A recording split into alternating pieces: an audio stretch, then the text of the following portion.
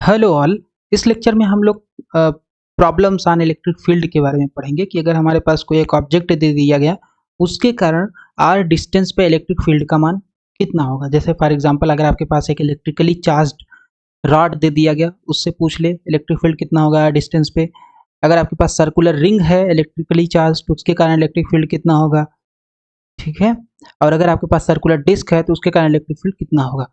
तो प्रॉब्लम यह है कि find the electric field a distance z above the midpoint of a straight line segment of length 2l that carries a uniform line charge lambda। तो basically कहने का मतलब ये है कि आपके पास एक रॉड दिया गया है, ये जो ऑरेंज कलर से दिख रहा है, ठीक है।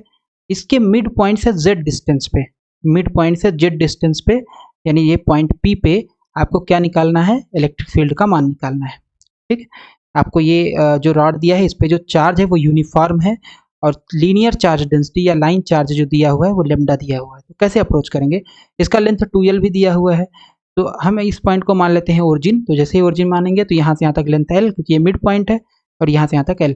तो इधर पॉजिटिव ले लेंगे एक्स एक्सिस, इधर नेगेटिव एक्स एक्सिस, तो हो गया -l, 0 और ये हो जाएगा l, 0। तो सबसे पहले हम क्या करेंगे, इस रॉड पे एक छोटा सा पार्ट इसका मानेंगे, एक छोटा सा सेगमेंट मानेंगे।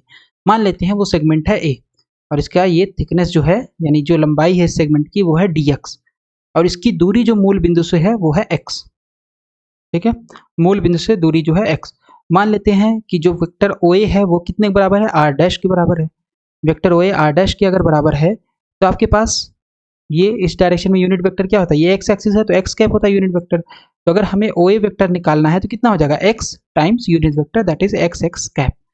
इसी तरीके से OP हमारे पास कितना हो जाएगा, OP हमारे पास हो जाएगा, OP मान लेते हैं वेक्टर r के बराबर है। OP क्या है, वेक्टर r के बराबर है। तो ये कितना हो जाएगा, z है और ये z कैप है यूनिट वेक्टर इस डायरेक्शन में, तो यह जाएगा z z कैप। हमें चाहिए ये डिस्टेंस, राइट, क्योंकि हमने ये सेगमेंट माना है। तो इस पहले हम निकालेंगे कि इस सेगमेंट के कारण इस पॉइंट पे इलेक्ट्रिक फील्ड कितना है। तो इलेक्ट्रिक फील्ड कितना होता है 1/4πε0 q अपान r square into r cap. तो q कितना है इसका और इसका r कितना है ये हमें निकालना है। तो कैसे करेंगे, r आपके पास है जेड जेड के, हमने देखा ये r डैश हो गया एक्स एक्स कैप। वेक्टर करली r जो है वो कितने बराबर हो जाएगा, r माइनस r डैश। तो ये आपके पास करली r है तो इस डायरेक्शन में वेक्टर r है, इस डायरेक्शन में r डैश है। तो ये हो जाएगा बेसिकली वेक्टर सम रूल से ये कितना हो जाएगा, इस ट्रायंगल में अगर हम लगा दें तो vector r is equal to vector r minus r dash, ये आ गया, ठीक है। r का मान रख देंगे, r डैश का मान रख देंगे, इतना आ जाएगा। छोटे से सेगमेंट के कारण जो हमने माना है dx लेंथ का सेगमेंट, उसके कारण जो इलेक्ट्रिक फील्ड हो जाएगा d होगा वो होगा 1/4πε0 dq/r² इंटू r कैप। जहाँ पे r कितना होगा, तो यहाँ से आपके पास ये राइट एंगल ट्रायंगल है OPA। OPA क्या है, राइट एंगल ट्रायंगल है। ये z है, ये x है, ये r है, तो r square is equal to Z square plus x square, right. R square equal to Z square plus x square और अंडर रूट हो जाएगा जब आर निकालोगे आप। यहाँ से भी निकाल सकते हो, जेड कैप एक्स कैप इस दोनों का कोफिशिएंट अंडर रूट में कर देंगे तो वहां से भी आ जाएगा आर बराबर इतना, ठीक है। इस छोटे से पार्ट का जो चार्ज होगा, इस छोटे से पार्ट जो ए पे है इसका चार्ज कितना होगा, क्योंकि लाइन चार्ज दिया है लेमडा, तो अगर हम इसमें लेंथ से मल्टीप्लाई कर देंगे तो उस लेंथ का चार्ज मिल जाएगा। तो यहाँ पे ये जो लेंथ है वो dx है, तो dx इंटू लेमडा क्या हो जाएगा, इस पॉइंट का चार्ज हो जाएगा। तो ये हमारे पास आ गया dq, आ गया लेमडा dx, लेमडा आपका यूनिफॉर्म है। आर कैप हमें चाहिए, है ना, यहाँ पे आर कैप भी चाहिए, आर हमने निकाल लिया, यहाँ सब्स्टिट्यूट कर देंगे, आर कैप चाहिए, डी क्यूब हमने निकाल लिया। आर कैप कितना होगा, this vector divided by its magnitude, तो आ जाएगा इतना आर कैप। डी में सब्स्टिट्यूट कर दिया 1/4πε0, यहाँ गया डी क्यू लेमडा dx और आर स्क्वायर हो जाएगा z square plus x square, फिर आर कैप रख देंगे z z cap minus x x cap upon under root z square plus x square, ये आ गया डी। तो ये हमारे पास इलेक्ट्रिक फील्ड आ गया इस छोटे से सेगमेंट के कारण एट पॉइंट ई। लेकिन हमें निकालना है पूरे राड के लिए। तो पूरे राड के लिए हमें अगर निकालना है तो x कहाँ से कहाँ वेरी कर रहा है, x वेरी कर रहा है -l से +l, तो हमें क्या करना पड़ेगा, इंटीग्रेट करना पड़ेगा -l से +l इसी टर्म को, जो डी है। तो डी तो कैपिटल ई जो है वो electric field due to whole rod, और होल राड के लिए जो हो जाएगा डी का इंटीग्रेशन सब्स्टिट्यूट कर देंगे -l to l और डी का मान रख देंगे यहाँ पे, इतना आ जाएगा। अब इसमें दो टर्म है, सबसे पहले इसमें लेमडा आपका लेमडा अपान 4πε0 कांस्टेंट है, इंटीग्रेशन से बाहर आ गया। अंदर क्या बचेगा, z z cap minus x x cap upon under root z square plus x square पर 3/2। पहला टर्म हो जाएगा z z cap upon z square plus x square पर 3/2 minus x x cap upon z square plus x square to power 3/2, ये दूसरा term हो जाएगा। अब यहाँ पे जो लिमिट है वो क्या है, माइनस एल से प्लस एल। जब माइनस एल से प्लस एल है तो सबसे पहले देखेंगे कि ये इवन फंक्शन है कि ऑड फंक्शन, क्योंकि हमें पता है डिफिनिट इंटीग्रल की जो प्रॉपर्टी होती है कि अगर इंटीग्रेशन माइनस एल से प्लस एल हो रहा है तो अगर इंटीग्रैंड यानी जिसका हम इंटीग्रेशन कर रहे हैं अगर इंटीग्रैंड इवन फंक्शन है तो ये लिमिट 0 से एल हो जाएगी, यहाँ 2 से मल्टीप्लाई हो जाएगा। लेकिन अगर ये ऑड फंक्शन है तो इस लिमिट का पूरा मान 0 हो जाएगा। तो चेक करने के लिए कैसे ऑड इवन फंक्शन चूज करते हैं, चेक करते हैं। तो f minus x is equal to f x अगर है, f minus x is equal to अगर एफ एक्स है तो ये एफ एक्स कैसा फंक्शन है, इवन फंक्शन है। अगर g minus x is equal to minus g x है, मतलब जो भी फंक्शन में अगर हम माइनस एक्स रखें और उसमें से पूरा माइनस बाहर आ जाए, ऐसे फंक्शन को बोलेंगे ऑड फंक्शन। तो यहाँ पे अगर हम माइनस एक्स रखें तो जैसे ही माइनस एक्स रखेंगे तो ये एक्स स्क्वायर है, तो इसका मतलब ये पूरा टर्म स्क्वायर सेम ही रहेगा, माइनस साइन बाहर नहीं आएगा। तो ये आपका कौन सा फंक्शन हो गया, इवन फंक्शन हो गया। लेकिन ये जो है जैसे एक्स की जगह माइनस एक्स रखेंगे तो ये आपका तो एक्स स्क्वायर हो जाएगा, लेकिन यहाँ से माइनस साइन बाहर आ जाएगा। इसका मतलब ये जो फंक्शन है x upon z square plus x square पर 3/2 ये आपका ऑड फंक्शन है। जब ये ऑड फंक्शन है तो इसका इंटीग्रेशन कितना हो जाएगा, डेफिनेट इंटीग्रल की प्रॉपर्टी से 0, और ये वाला जो होगा इसका जस्ट 2 से मल्टीप्लाई हो जाएगा। ठीक है, 2 0 2 l dx Z square plus x square 3/2। Okay, अब हमें इस इंटीग्रेशन को सॉल्व करना है। कैसे सॉल्व करेंगे, मान लेते हैं ये इंटीग्रेशन है I Z square plus x square पर 3/2 dx 0 से l, और ये किस तरीके का है, सब्स्टिट्यूशन मेथड से सॉल्व करेंगे। x बराबर जेड टेन थीटा डिफ्रेंशिएट कर देंगे, dx जेड टेन थीटा का कितना होगा, sec square theta d theta, तो ये आ गया इतना। अब फिर यहाँ से हम लिमिट भी निकाल लेंगे, जब x बराबर 0 हो तो थीटा बराबर 0, जब x बराबर l तो थीटा बराबर हो जाएगा l upon Z tan inverse l upon Z. Value substitute कर देंगे, dx कितना है, यहाँ पे dx है तो dx हो जाएगा पूरा z sec square theta d theta, और नीचे कितना आएगा, नीचे आ जाएगा जेड स्क्वायर प्लस एक्स की जगह Z square tan square theta two the power 3/2। ठीक है, और ये इंटीग्रेशन हो गया इतना। अब फिर यहाँ से पूरा जेड स्क्वायर बाहर निकलेगा, इसमें भी है इसमें भी है, लेकिन यहाँ पावर 3/2 तो नीचे क्या बचेगा, यहाँ पे बाहर आ जाएगा जेड क्यूब, यहाँ पे जेड एक पहले से है तो यहाँ बचेगा 1 upon z square. Sec square theta है 1 प्लस tan स्क्वायर थीटा कितना होता है, सेक स्क्वायर थीटा, और सेक स्क्वायर थीटा हो गया पावर हो गया 3/2, तो सेक स्क्वायर का पावर 3/2 जैसे ही करोगे तो आ जाएगा सेक क्यूब थीटा, तो यहाँ पूरा टर्म आएगा सेक क्यूब थीटा, लेकिन ऊपर सेक स्क्वायर थीटा तो बचेगा 1/सेक थीटा। ठीक है, तो यह आ जाएगा 1/जेड स्क्वायर इंटीग्रेशन से बाहर, क्योंकि ये कांस्टेंट है, इंटीग्रेशन थीटा के ऊपर हो रहा है, 1 upon sec theta cos theta हो जाएगा। कॉस थीटा का इंटीग्रेशन होता है sine theta, limit 0 to tan inverse l by z. ठीक है, तो ये हो गया इतना। तो tan थीटा ये जो है tan थीटा बराबर है l by Z, tan theta बराबर l बाई जेड। सबसे पहले अपर लिमिट माइनस लोअर लिमिट जब करेंगे तो tan थीटा आपके पास है कितना, वो है l बाई जेड। जब ये l बाई जेड है तो साइन थीटा का मान हमें निकाल के रखना है, तो साइन थीटा हमारे पास हो जाएगा, ये ट्रायंगल में l बाई जेड होता है और ये थीटा है, तो ये आपके पास हो जाएगा हाइपोटेनस, कितना होगा hypotenuse under l square plus z square, तो tan थीटा हो जाएगा, साइन थीटा हो जाएगा l अपान लंब बटे कर्ण, so this is l upon under l square plus z square. ठीक है, तो इंटीग्रेशन का मान आपके पास आ गया 1 upon z square, sine theta का मान निकाल लिया, सब्स्टिट्यूट कर दिया, इतना आ गया। इसको जैसे सब्स्टिट्यूट कर देंगे इंटीग्रेशन में तो हमारे पास यहाँ पे ये इंटीग्रेशन हम लोगों ने निकाला था, lambda by 4 pi epsilon naught Z z cap 2 multiplied by I, 2 multiplied by I, ये है पूरा वैल्यू आई का रख दिए हैं। तो इलेक्ट्रिक फील्ड हमारे पास आ गया इतना सॉल्व करने के बाद। अब इसमें एक कंडीशन ये बन सकती है कि जब आपका z का मान यानी रॉड से आप बहुत दूरी पे इलेक्ट्रिक फील्ड निकाल रहे हैं तो उस केस में क्या होगा, और रॉड के बहुत पास अगर आप इलेक्ट्रिक फील्ड निकालोगे तो इलेक्ट्रिक फील्ड कितना होगा। तो ये हमारा जो फार्मूला होगा, ये जनरल फार्मूला आ गया, किसी भी रॉड से उसके मिड पॉइंट से जेड डिस्टेंस पे इलेक्ट्रिक फील्ड कितना होगा वो इतना होगा। ठीक है, और यहाँ पे अगर हम ध्यान दें तो इलेक्ट्रिक फील्ड किस डायरेक्शन में है, जेड कैप के डायरेक्शन में। Okay, so for large Z, Z is very very greater than capital L, तो अगर Z very greater than capital L है तो L by z very very less then L, less than 1। ठीक है, तो अब इसको हम करेंगे कैसे, जब लार्ज होगा तो बेसिकली हम ये जो अंडर रूट है इसको हम एक्सपेंड करेंगे यूजिंग बाइनोमियल एक्सपेंशन, और इसका एक्सपेंशन कैसे करेंगे वो हम लोग अभी देखेंगे। तो हमारे पास जब जेड, पहला कंडीशन है कि जेड बहुत बड़ा है तो उस केस में एल बाई जेड बहुत छोटा हो जाएगा एक से, जब एल बाई जेड बहुत छोटा हो गया तो हम अंडर रूट में से जेड स्क्वायर बाहर निकालेंगे, जैसे जेड स्क्वायर बाहर निकालेंगे तो यहाँ बचेगा 1, यहाँ बचेगा 1 plus L square by z square. ठीक है, इसको सॉल्व कर लेंगे तो यह आ जाएगा 1/4 pi epsilon not 2 lambda L upon z square Z cap, और यहाँ अंडर रूट जो है ऊपर जाएगा तो ये पावर -½ हो जाएगा। अब इसको क्योंकि ये टर्म एक से बहुत छोटा है तो हम इसका बाइनोमियल एक्सपेंशन कर सकते हैं, तो यह आ जाएगा 1 plus x to the power n, ये हो जाएगा 1 plus n x plus and so on. तो 1 प्लस एन एक्स, तो एन एक्स ये आपका एन है, ये आपका एक्स है, तो जस्ट मल्टीप्लाई हो जाएगा minus L square upon 2z² plus and so on. ठीक है, अब क्योंकि ये L square upon z square बहुत छोटा है तो हम हायर ऑर्डर टर्म छोड़ देंगे, तो हमारे पास जस्ट बचेगा L square upon z square बहुत छोटा है एक से, तो इसका मतलब हम ये टर्म छोड़ देंगे, जस्ट 1 को कंसीडर करेंगे तो हमारे पास आ जाएगा इलेक्ट्रिक फील्ड इतना। दूसरा केस हो सकता है जब रॉड के बहुत पास आप इलेक्ट्रिक फील्ड निकाल रहे हो, तो उस केस में क्या होगा, z very very less than capital L. जब z very very less than capital L है तो z upon capital L very very less than 1 हो जाएगा। जब ऐसा है तो हम अंडर रूट में से, यहाँ जो अंडर रूट है इसमें से एल निकालेंगे बाहर, जिससे कि जेड बाई एल का फॉर्म आ जाए, तो एल स्क्वायर बाहर निकालेंगे, सॉरी अंडर रूट में से क्या बचेगा बाहर, जैसे आएगा एल बचेगा, राइट। यहाँ 1 plus z square by l square, अब z square by l square बहुत छोटा है एक से, तो फिर से बायनॉमियल एक्सपेंशन करेंगे 1 plus x to the power n, क्या होता है 1 plus n x plus and so on.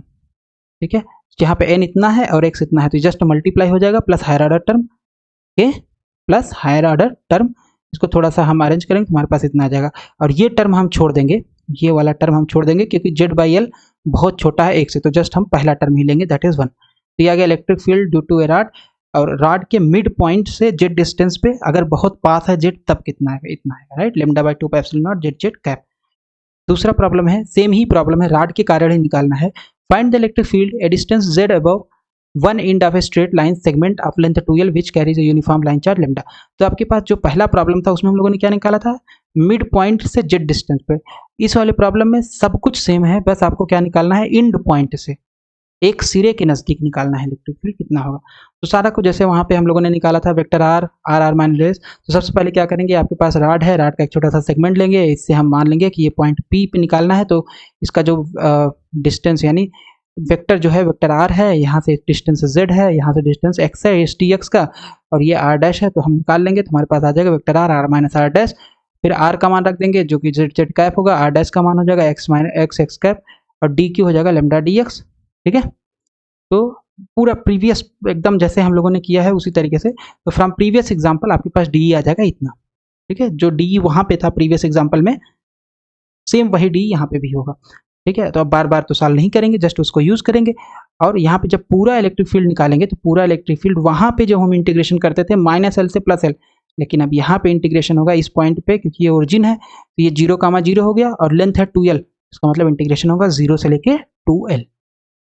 ठीक है, सेम टर्म का, तो ये अब अलग अलग टर्म हो जाएगा, तो जेड जेड कैप ये कांस्टेंट बाहर आ जाएगा 1 upon z square plus square 3/2, फिर माइनस एक्स एक्स कैप, और ये आ जाएगा इतना। ठीक है, इसका इंटीग्रेशन मान लेते हैं, ये इंटीग्रेशन है आपका I1 और ये इंटीग्रेशन है आपका I2, तो I1 आपके पास इतना है, I2 इतना है, इसको अब सॉल्व करना है। तो पहले वाले को सॉल्व करना बहुत आसान है, x बराबर जेड टेन थीटा मान लेंगे, डी एक्स बराबर जेड सेक स्क्वायर थीटा यहाँ पे रख देंगे, तो ये Z square plus z square ten square theta, और डी एक्स हो जाएगा जेड सेक स्क्वायर थीटा। ठीक है, तो जेड स्क्वायर है बाहर निकलेगा, अंडर रूट है, पावर भी है क्यूब, तो यहाँ बचेगा जेड क्यूब, यहाँ बाहर आएगा जेड क्यूब, तो जेड है तो यहाँ बचेगा 1 by z square, sec square theta है 1 plus tan square theta sec square theta, फिर यहाँ पे 3/2 तो सेक क्यूब थीटा बचेगा, तो ये आ जाएगा इंटू डी थीटा आपके पास। ठीक है, तो I1 आ गया 1 बाई जेड स्क्वायर, कॉमन है, कांस्टेंट बाहर आ जाएगा, यहाँ बचेगा 1 बाई सेक थीटा का हो जाएगा 1 बाई सेक थीटा का होता है, ऊपर जाएगा कॉस थीटा का इंटीग्रेशन साइन थीटा, और लिमिट 0 से थीटा वन क्या है, ये है tan inverse 2l by Z, ये थीटा वन है, तो थीटा वन बराबर इतना है tan inverse 2l by Z, तो इसका मतलब tan थीटा वन बराबर हो जाएगा 2l बाई जेड, तो अगर हम ट्रायंगल बनाएं तो 2l बाई जेड आ गया। ठीक है, और हाइपोटेनस कितना होगा, under Z square by z square plus 4l square, तब साइन थीटा वन हमें निकालना, साइन थीटा वन इसे कितना हो जाएगा, लंब बटे का 2l upon under 4 Z square plus 4 square, ये आ गया I1। कंसिडर I2 हमारे पास क्या माना था हम लोगों ने, I2 हमारे पास इतना है, तो इसका इंटीग्रेशन जस्ट आप इस टर्म को t मान लीजिए। ठीक है, तो z square plus x square by t, 2x d x equal to d T.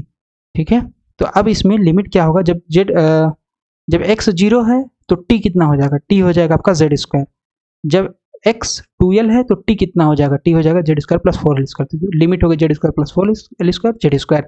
फिर यहाँ पे आपके पास क्या होगा, जो x dx है इसकी जगह हम लोग क्या लिख सकते हैं, x dx अगर लिखे तो यहाँ से dt बाई 2 आ जाएगा, तो ये dt बाई 2 आ गया, नीचे बचेगा t टू द पावर 3/2, इसको थोड़ा सा हम 1/2 बाहर आ जाएगा क्योंकि कांस्टेंट है, और यहाँ ये t टू द पावर 3/2 ऊपर जाएगा, t to the power minus 3/2 dt। ठीक है, तो x to the power n की इंटीग्रेशन से कर लेंगे तो आ जाएगा t to the power minus 3/2 plus 1 upon minus 3/2 plus 1 limit z square plus 4l square. Okay, इसको सॉल्व करेंगे तो ये माइनस 3/2 प्लस 1 है, तो माइनस हाफ आ जाएगा यहाँ पे, अब ये माइनस हाफ बाहर आ गया, upper limit minus lower limit, तो यहाँ पे भी t to the power minus half आएगा, राइट। इसको सॉल्व करेंगे तो upper limit minus lower limit कर देंगे इतना। अब ये आ जाएगा, यहाँ माइनस है तो माइनस अंदर जाएगा, तो ये वाला टर्म पहले लिख देंगे प्लस के साथ, ये माइनस के साथ आ जाएगा। अब पावर माइनस हाफ है तो ये मतलब 1/√z² प्लस होल स्क्वायर है, ठीक है। तो ये आ गया I2, I1 I2 का मान सब्सटीट्यूट कर देंगे इलेक्ट्रिक फील्ड में, हमारे पास आ जाएगा इलेक्ट्रिक फील्ड का फार्मूला, ठीक है। तो ये आ जाएगा, इसको जस्ट थोड़ा सा रीअरेंज किए हैं और इसमें कुछ भी नहीं किया गया है, ठीक है। तो अब यहाँ पे रीअरेंज करने के बाद हमारे पास इलेक्ट्रिक फील्ड इतना आ गया।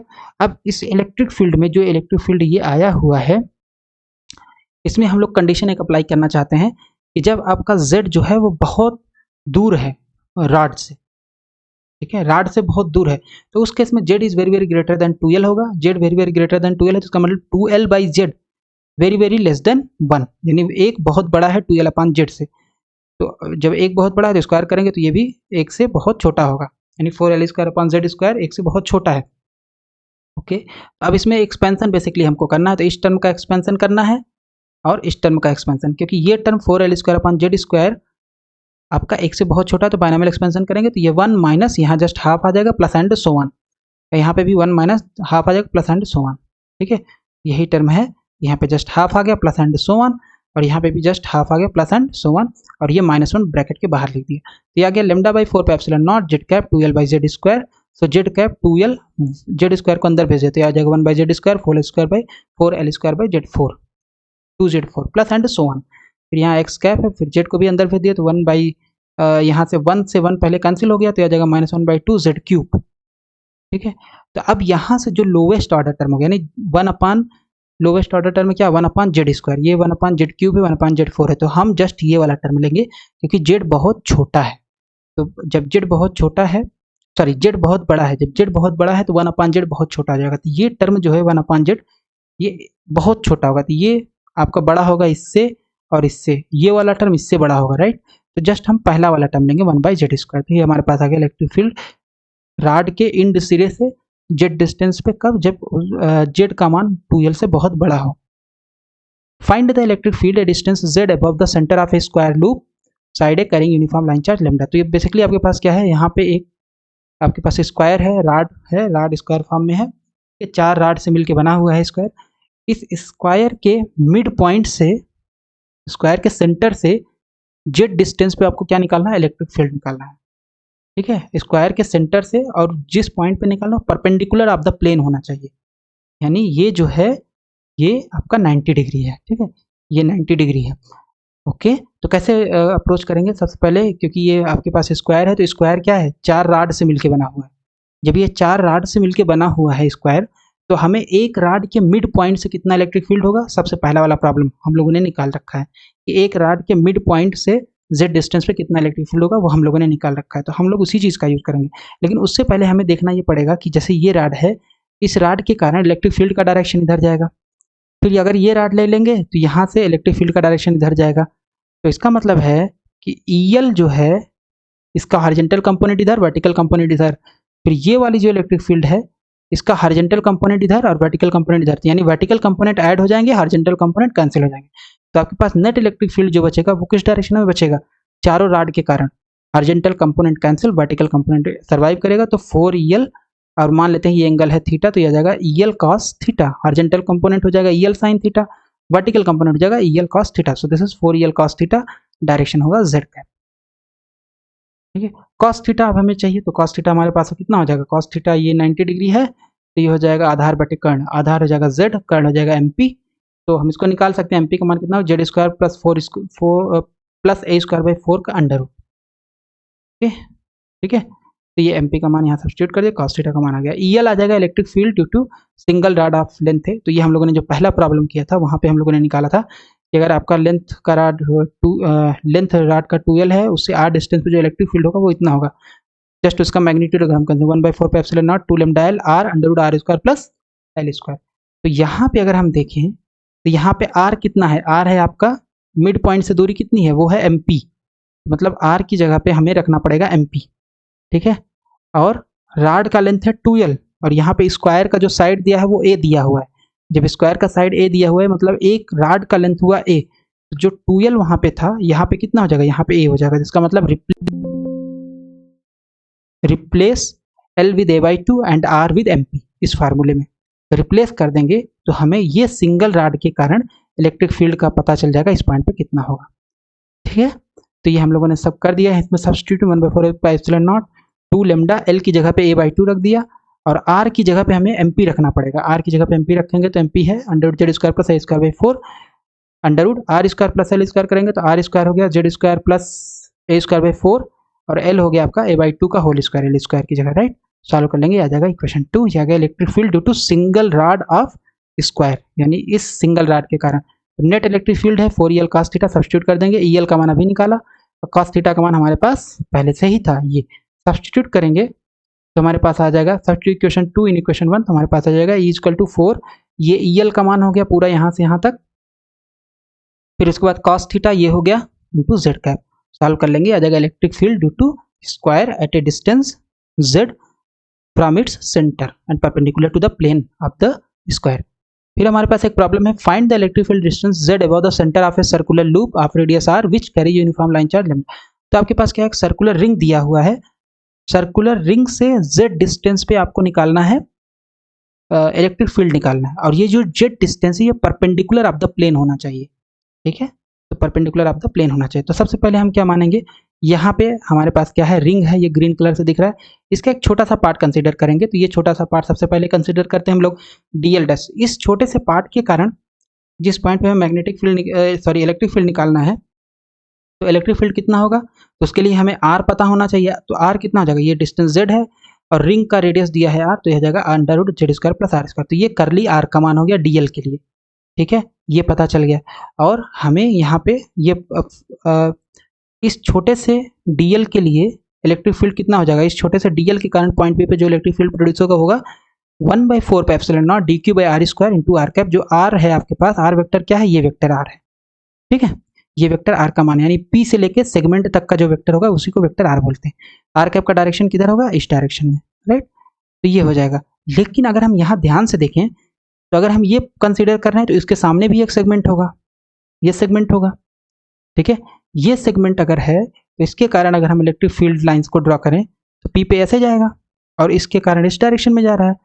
तो इस वाले के लिए मतलब ये जो D है इसके लिए हॉरिजॉन्टल कंपोनेंट ये हो जाएगा, वर्टिकल कंपोनेंट ये हो जाएगा, और इसके जस्ट सामने सेगमेंट के सामने जस्ट एक दूसरा सेगमेंट हो जाएगा जिसका इलेक्ट्रिक फील्ड इस डायरेक्शन में होगा। ठीक है, तो अब इसके लिए हॉरिजॉन्टल कंपोनेंट इधर हो जाएगा और वर्टिकल कंपोनेंट इधर। तो इसका मतलब हॉरिजॉन्टल कंपोनेंट कैंसिल हो जाएगा। जब हॉरिजॉन्टल कंपोनेंट कैंसिल होगा तो कौन सा कंपोनेंट बचेगा, केवल और केवल वर्टिकल कंपोनेंट। तो DE का हॉरिजॉन्टल कंपोनेंट होगा, क्योंकि एंगल थीटा तो ये भी थीटा होगा। हॉरिजॉन्टल कंपोनेंट होगा DE का D cos theta, sorry D sin theta horizontal component होगा, वर्टिकल होगा D cos थीटा, है ना, क्योंकि ये एंगल थीटा है। तो D cos थीटा इस डायरेक्शन में, D sin थीटा इस डायरेक्शन में। तो हमारे पास जो नेट इलेक्ट्रिक फील्ड होगा DE के कारण वो जाएगा 1/4πε0 lambda dl' cos theta z का अपान z² + r²। ठीक है ना, क्योंकि ये r² जो है वो आपका ये पूरा है z² + r², और dq हो गया लेमडा dl'।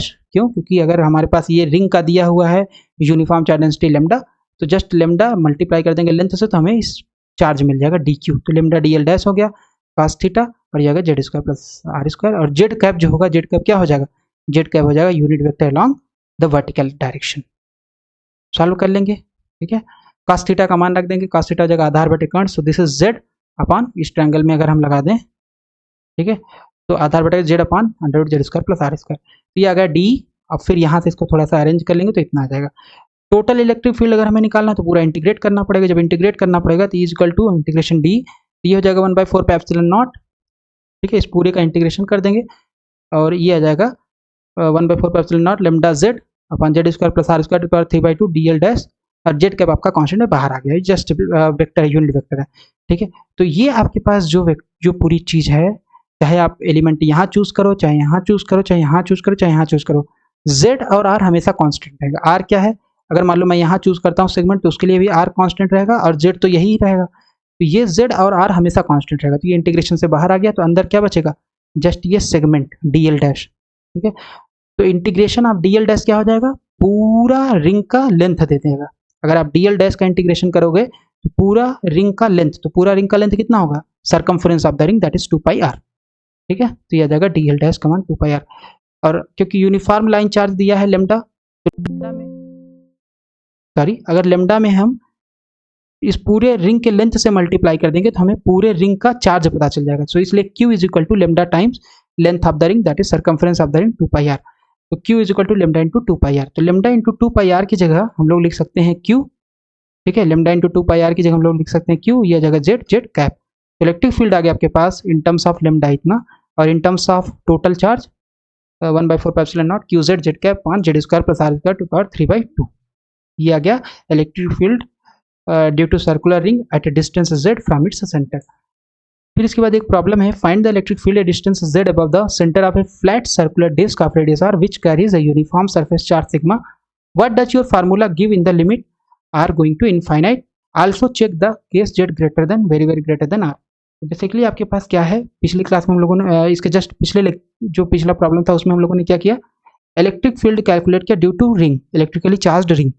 यहाँ पे हमारे पास क्या है, रिंग का जनरलाइजेशन है, 2D जनरलाइजेशन, जो कि होता है क्या, रिंग का 2D जनरलाइजेशन क्या होगा, बेसिकली आपके पास एक डिस्क, तो डिस्क जो होती है वो हम क्या मान सकते हैं, छोटे छोटे रिंग से मिलकर बनी हुई है, ठीक है। तो हम क्या करें, अगर हम इस डिस्क के छोटे छोटे रिंग से मिलकर बना हुआ है, तो सपोज इसका एक रिंग है जो कि कितने डिस्टेंस पे है, मान लेते हैं कि ये डिस्टेंस है इसका यहाँ से r रेडियस पे है, छोटे से रिंग के कारण। तो इस छोटे से रिंग के कारण अगर हमें इलेक्ट्रिक फील्ड पता हो जाए इस पॉइंट P पे, तो हम इंटीग्रेट करके पूरा निकाल लेंगे इलेक्ट्रिक फील्ड ड्यू टू किसके कारण, ये पूरे डिस्क के कारण, राइट, क्योंकि डिस्क जो है वो सर्कुलर रिंग से मिलकर बना हुआ है। तो सबसे पहले हमने क्या कंसिडर किया, एक छोटा सा रिंग कंसिडर कर लिया r रेडियस का, ठीक है। तो इस छोटे से रिंग का चार्ज कितना होगा, वो हो जाएगा sigma 2 pi r d are, ठीक। तो ये हमने जो डिस्क यहाँ पे जो रिंग कंसिडर किया है, इसका ये आउटसाइड पार्ट है, हमने आउटसाइड जस्ट ड्रॉ कर दिया है। तो इसका रेडियस है रिंग का जो यहाँ कंसिडर किए हैं डिस्क में, ये है आपके पास रेडियस r है, और इसकी थिकनेस है, रिंग की थिकनेस है dr। तो इसका एरिया कितना होगा, ये हो जाएगा 2 pi r length multiplied by thickness, तो एरिया हो जाएगा इस रिंग का, तो ये एरिया हो जाएगा 2 पाई आर dr, और सिग्मा से मल्टीप्लाई कर देंगे, सिग्मा क्या है, सरफेस चार्ज डेंसिटी, सिग्मा से मल्टीप्लाई कर देंगे तो हमें इस रिंग का चार्ज पता चल गया। जब इस रिंग का चार्ज पता चल गया तो electric field due to ring जो अभी जस्ट कैलकुलेट किया था हम लोगों ने, इससे जस्ट पहले वाला प्रॉब्लम, तो ई रिंग जो था 1/4 pi epsilon naught charge of the ring, तो यहाँ पे charge of the ring d q है, z upon z square plus r square 3/2 power 3/2 into z cap, ठीक है। तो डी क्यू का मान रख दिए, इतना हो गया, जेड जेड कैप, और ये आपके पास इतना आ गया, ठीक है। तो अब इसको अगर हम थोड़ा सा अरेंज करें तो आ जाएगा sigma 2 pi r d r z square plus r square 3/2 z z cap 1/4 pi epsilon naught. ये रिंग के कारण आ गया, यानी ये जो हमने रिंग यहाँ पे चूज किया हुआ है, डिस्क में एक छोटा सा रिंग हमने चूज किया हुआ है, इसका गया। लेकिन डिस्क क्या है, बहुत ढेर सारे रिंग से मिलकर बना हुआ है। तो डिस्क क्या है, यहाँ पे रिंग है, फिर यहाँ पे कंसिडर इस तरीके से रिंग रिंग रिंग, फिर आपके पास क्या है, डिस्क बनेगा। यानी अगर हम इसको इंटीग्रेट कर दें, इस इलेक्ट्रिक फील्ड को इंटीग्रेट कर दें, क्योंकि डी आर जो है वो आर की डायरेक्शन में, तो जीरो से कैपिटल आर, जीरो से जितना डिस्क का रेडियस है उतने में अगर इंटीग्रेट कर देंगे तो हमें क्या मिल जाएगा, टोटल डिस्क के कारण electric field at point p. तो इंटीग्रेट कर देंगे तो ये आ जाएगा r z square plus r square 3/2 d r. इसका इंटीग्रेशन बहुत सिंपल है, ये आ जाएगा z square plus r square, इसको पूरा टी मान लेंगे, टी मान के करेंगे तो आ जाएगा ये, ठीक है। तो मैं डायरेक्ट इसका इंटीग्रेशन कर रहा हूँ, तो ये आ जाएगा इसका integration z square plus r square to the power minus 3/2 upon minus half into 2, ठीक है, इस पूरे का इंटीग्रेशन, ठीक। तो इसको जस्ट टी अगर मान लेंगे तो आ जाएगा, let's t is equal to Z square plus r square, और सॉल्व कर लेंगे तो इतना आ जाएगा, ठीक। तो 2 से 2 कैंसिल हो गया, माइनस यहाँ बचा अपर लिमिट माइनस लोअर लिमिट, तो आ जाएगा माइनस अपर लिमिट हो जाएगा, क्योंकि ये माइनस साइन है, तो minus upper limit plus lower limit, तो अपर लिमिट इतना है, राइट, आर की जगह कैपिटल आर रखेंगे, लोअर लिमिट में आर की जगह 0, आ जाएगा इतना, इसको सॉल्व कर लेंगे, आ जाएगा इतना।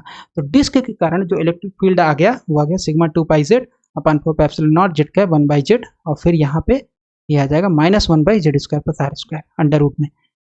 तो इसमें एक स्पेशल केस पूछा था कि अगर आर गोइंग टू इनफाइनाइट तो इलेक्ट्रिक फील्ड कितना होगा, मतलब इनफाइनाइट रेडियस का डिस्क है तो उसके लिए इलेक्ट्रिक फील्ड कितना होगा। तो आर इक्वल टू यहाँ पे इनफाइनाइट सब्स्टिट्यूट कर देंगे तो ये हमारे पास आ जाएगा sigma by 2 pi epsilon not 4 pi epsilon naught Z z cap into 1/z, ठीक, इतना ही बचेगा। दूसरा वाला टर्म 0 यार इनफाइनाइट है, इसको सॉल्व कर लेंगे तो आ जाएगा sigma by 2 epsilon naught z cap, ठीक है। तो electric field due to infinite radius of circular disc, तो उसके कारण इलेक्ट्रिक फील्ड जो होगा वो हो जाएगा sigma by 2 epsilon naught z cap.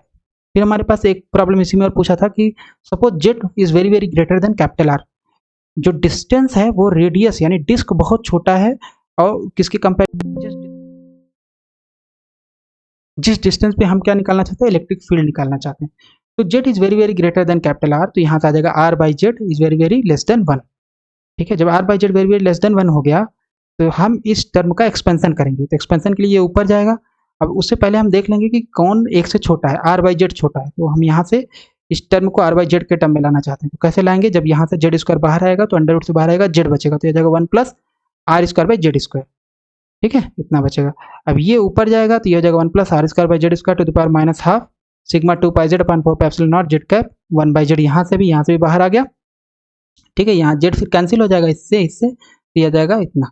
ठीक है, अब इसको एक्सपेंड कर देंगे क्योंकि r square by z square एक से बहुत छोटा है, बाइनोमियल एक्सपेंशन करेंगे। 1 plus x to the power n क्या होता है, 1 plus n x plus n n minus 1 by 2 factorial x square plus and so 1। तो इसको जैसे ही ओपन करेंगे तो हमारे पास ये टर्म आ जाएगा।